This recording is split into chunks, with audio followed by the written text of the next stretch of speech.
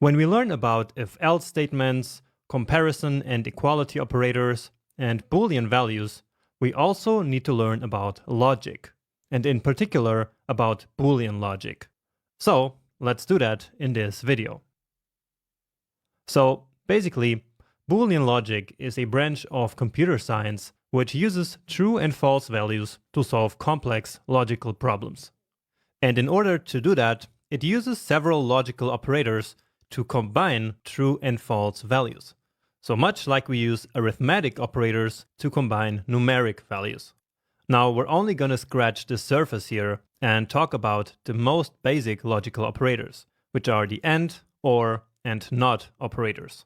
And note that Boolean logic is actually not specific to JavaScript. This is all true for all programming. But anyway, let's now understand how these operators work and use an example to illustrate it.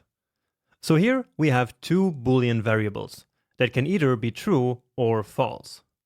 So A is that Sarah has a driver's license, and B is that Sarah has good vision. So both of these are of course conditions that can be true or false, because Sarah could have no driver's license and she could have no good vision, right? And of course, on the other hand, she could also have a driver's license and could have good vision.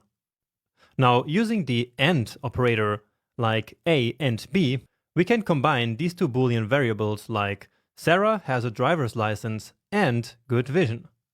Okay, but now what will be the result of this operation?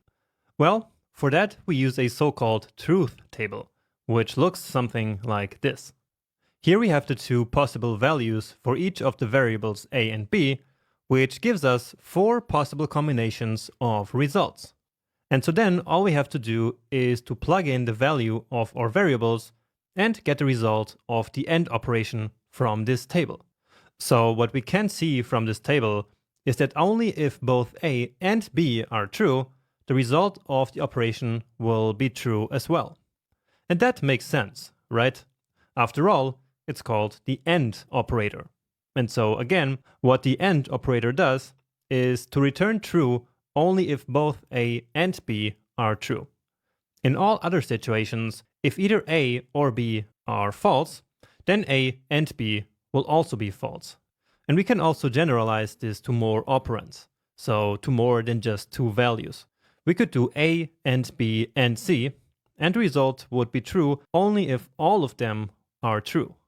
And if one of them is false, then the result is immediately false as well. Now, I know that all of this might look a little bit confusing, but don't worry, we will have an example a little bit later in this lecture, and we will also use this in practice in the next one. And after some practice, you will internalize all of this, and you won't even need any truth tables. Now, moving on the other hand, we also have the OR operator, which kind of works in the opposite way. So with our current example, we could use the OR operator to determine whether Sarah has a driver's license or good vision. And just by thinking about this, we can already intuitively imagine that the OR operator will be true if just one of the variables is true. And in fact, a look at the truth table confirms exactly that. So unlike the AND operator and the OR operator, even if one of the variables is false, the outcome will still be true. Or in other words, if either A or B is true, then the OR operation becomes true as well. And that's why it's called the OR operator. And once more, if we have multiple variables, it's enough for one of them to be true to make the whole operation become true as well. Okay, I hope this makes sense. And once again, I can assure you that it will make sense once we start using this in practice. Anyway, we finally also have the NOT operator, which is a lot simpler because it doesn't combine multiple values. Instead, the NOT operator acts on only one Boolean value, and it basically just inverts it. So if A is true, it will become false, and if it's false, then not A will become true. Simple as that. And that's basically how these 3 most important logical operators work. But of course, the best way to understand it is to use a more practical example. So let's go again back to using the age, and this time we set it to 16. And then we have our two Boolean variables. The first one is age is greater or equal 20. And the second one is age is less than 30. So let's determine the value of each of them. So if age is 16, then age is greater or equal to 20 must be false, right?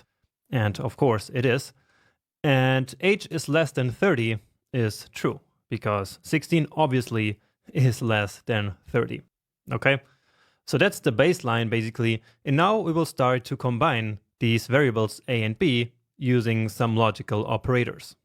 So the first exercise is the not operator, so not a. And we know right now that a is false, right? So the result of not a, as we just learned, is true, because all it does is to invert the logical value of the variable. Next one, we have a and b. And we already know that a is false and b is true. So I'm just putting these values here again to make it a bit easier to follow, okay? So we have basically false and true. So from a look at our truth table here at the right side, we can easily determine that the result of this must be false. And so that's exactly what we learned before. So when we have the AND operator, it's enough for one of the operands to be false to make the result of the operation also false. Now we have A or B, and so let's check out the truth table in this case. And so in this case, we actually get true. And so this shows that it is enough for one variable to be true for the whole expression to be true as well. Next up, let's check not A and B. And we already know that not A is true and B is true. And so this time, for the first time, we are combining multiple operators here. And yeah, we already know that true and true will of course be true as well. And now another one combining two operators. So A, or, and B. And just as a side note, the not operator actually has precedence over the or and operators. So basically the values are inverted first and only then they are combined using and or. So we know that A is false and B is true. So not B must be false, right? Then false or false is also false. And actually that's the only way in which the or operator can be false, if all of them are false, basically. So I hope that made sense to you. And so in the next lecture, we will actually use these operators in code. And then it will make even more sense to you. So by then, we probably won't even need the truth tables anymore, because it will become quite intuitive how both of these operators actually work. But anyway, let's now move on, and I see you in the next video.